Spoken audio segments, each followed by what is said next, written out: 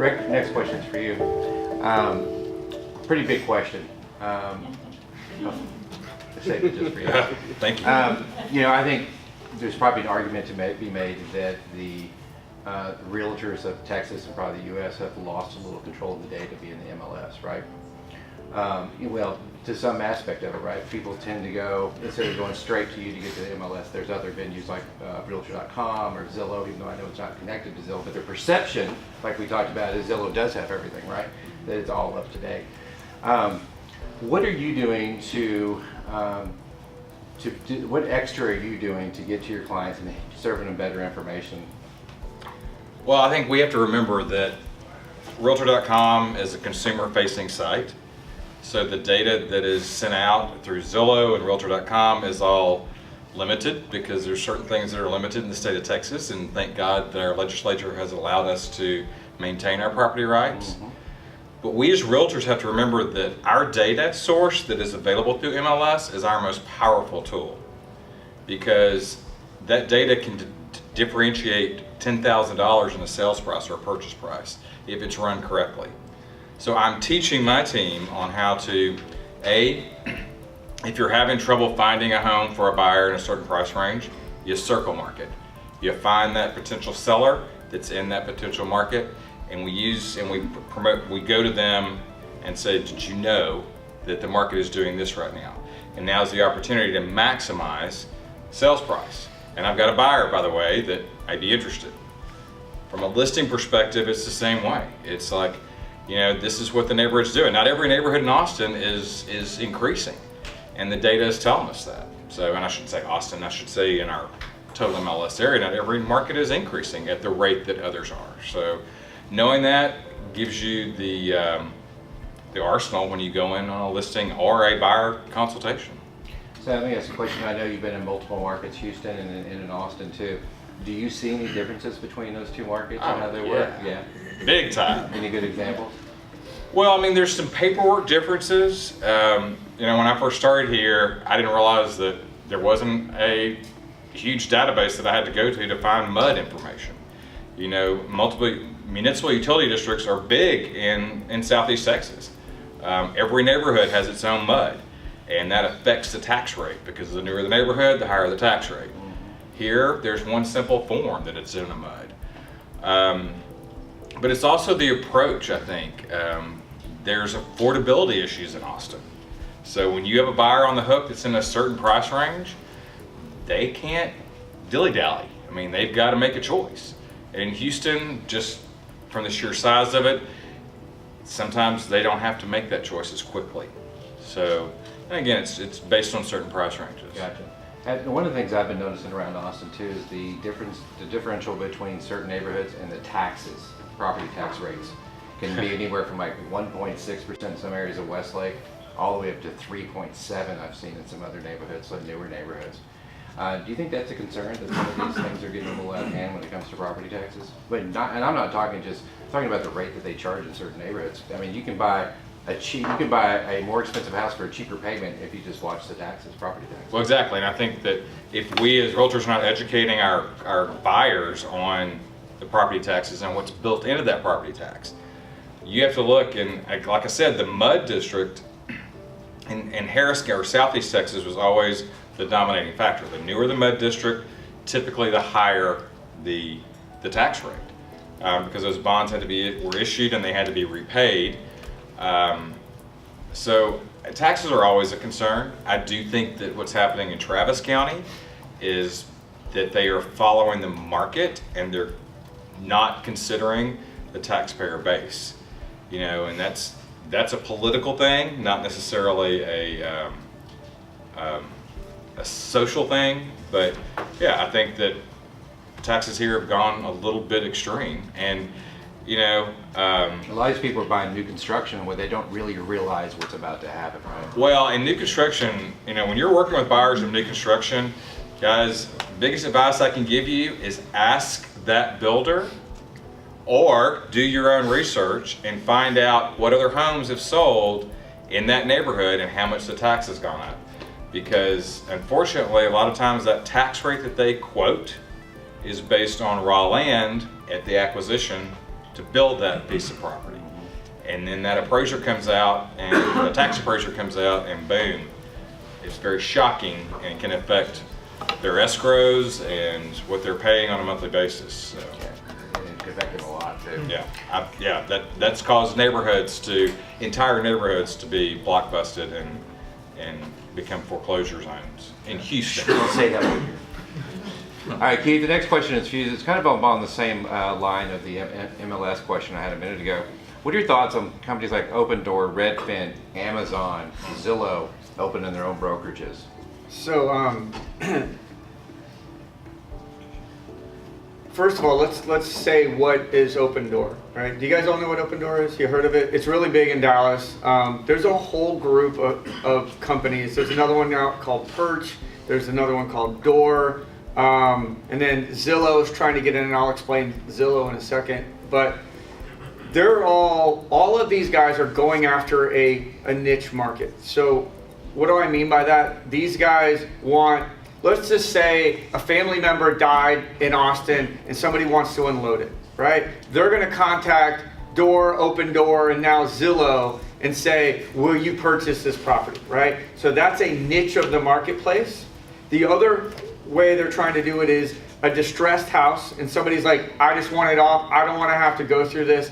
So if you start to think about the market that these companies are going after, it's not really the market that most of us play in, right? I would call that the 15% market, not the 85% market, right? And I know we're always afraid of new competitors and new things, but that to me is no different than 1% Realty was in 2006. If you guys don't remember, they started in Austin, and you could hear their ads everywhere. And once the recession hit, they were gone. And that's kind of what happens with discount brokers, right? It's great, the rising tide floats all boats, but when it goes down and they aren't really offering anything, it makes it difficult. Now, what Zillow is trying to do is, Zillow knows that they're getting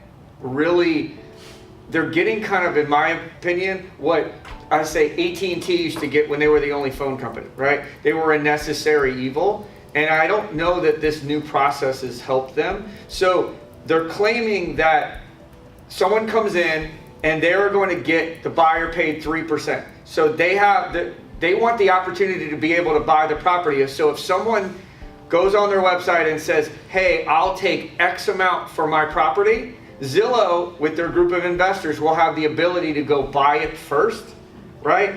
Or if a listing agent takes that to Zillow to buy, they're going to make sure the listing agent gets paid their commission. Same way on the buy side. So that's how they're saying that they're realtor friendly. Does that make sense? So the way I've always looked at it is, if you're a real estate agent, because this is all about relationships, right? That's why we're here. You guys aren't sitting at home looking at this on a webinar. You're here because you want to actually talk to people.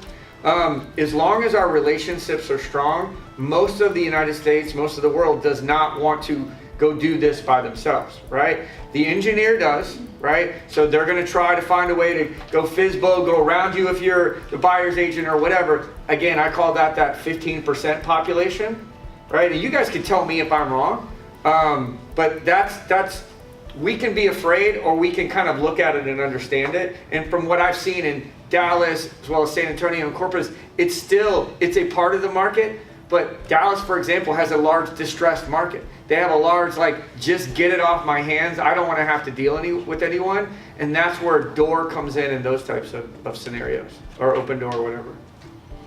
I just had a comment to that. I actually am really good friends with one of the founders of Open Door, or maybe he's in the very core. Now they're starting to go to builders, and he used to work for Lennar, and Lennar's national. So now they're having their move up program, which I do for other, that I have relationships with people that still do on site, but now they're actually going directly through that, and they have a whole marketing plan. So it was really niche, but now it's kind of going, I'm not, it's more of a transactional versus relationship business, but it's definitely, they're expanding. Evolving, maybe. Yeah, they're evolving. They have more money, right? They have more money than all of us. right? In this kind of, so they're gonna go in and test all these different things. And the smart ones will get the learnings of what they get. And so it's interesting to hear that. So I like to just see more how it kind of plays out. So that's so what scares me is there's all these companies that they're putting, Redfin got like $1 billion valuation and they still haven't made a dime, right? Because you brought up Redfin. And they aren't big in our market, but they are big in other markets. And they are trying to disintermediate the real estate agent, right? So I want to keep an eye on what they're doing, because with money, you can maybe do stuff with it. But until consumer behavior changes, and it's still that small piece of the pie, I still see us moving forward quite well. Hey, Keith, let me I got a question for you. What's to keep one of these gigantic companies that have more money than all of us put together from just opening their own statewide MLS? Legislation. They need more lobbyist money. Yeah. So they couldn't do their own MLS out there, their own database of homes for sale? It's interesting. So in New York City, all the brokers got together and decided not to push all their properties out. They created their own. And after about 6 months, it fell apart. But it was the first kind of rumblings of that type of things happening. But you need 100% cooperation amongst everyone, right? And it has to be almost a coup, right? Like if someone said, hey, you don't have to pay MLS anymore if you just go to this, how many of us would go, okay, you're gonna have the same features, the same everything, you'd probably consider it. But if it's just the people in this room, nobody's gonna win, right? Because the MLS still is like the known thing. So I see it happening. And they've already. You can do both as a real estate agent, right? There's no legislation that says you can't belong to, you could be in Houston, which y'all are, and I would be shocked if Warren Buffett didn't figure something out like that. I mean, all these big companies, a lot of them don't want to make a profit. You're talking about Redfin, they haven't made a dime yet. Well, I'm just curious about that, right? And I think that's one of the things we have to do as industry and real estate professionals is find other ways to make ourselves relevant too, right? I want to add to this though, because I think that their approach, and I work for the company that I used to fight against 20 years ago. When Zip Realty came into the market, they were approached as this odd man out because they featured salaried real estate agents and they gave a buyer rebate back. And we looked at them like that will never survive. That model had to change over the past 20 years. But Redfin and Open Door and Compass and all these others are treating real estate like it is a commodity, but they're treating it like buying caviar at Costco. All right? You can go buy that caviar at Costco, and it may be good caviar, but if you want really good caviar, you're going to go find someone who knows caviar. Some of my best clients were those engineers who thought they could do it on their own, and then they had one little hiccup in that transaction, and what are they doing?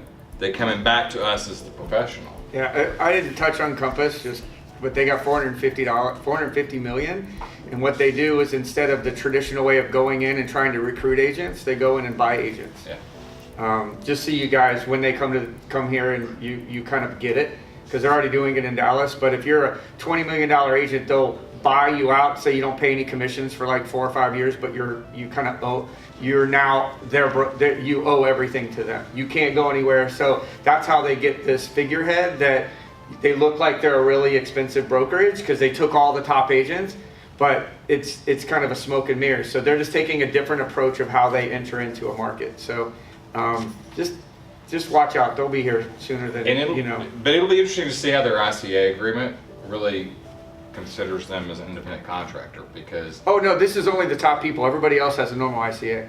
I know, I've seen their plans. They're not any better than what we have in Austin. It's just the top people get everything.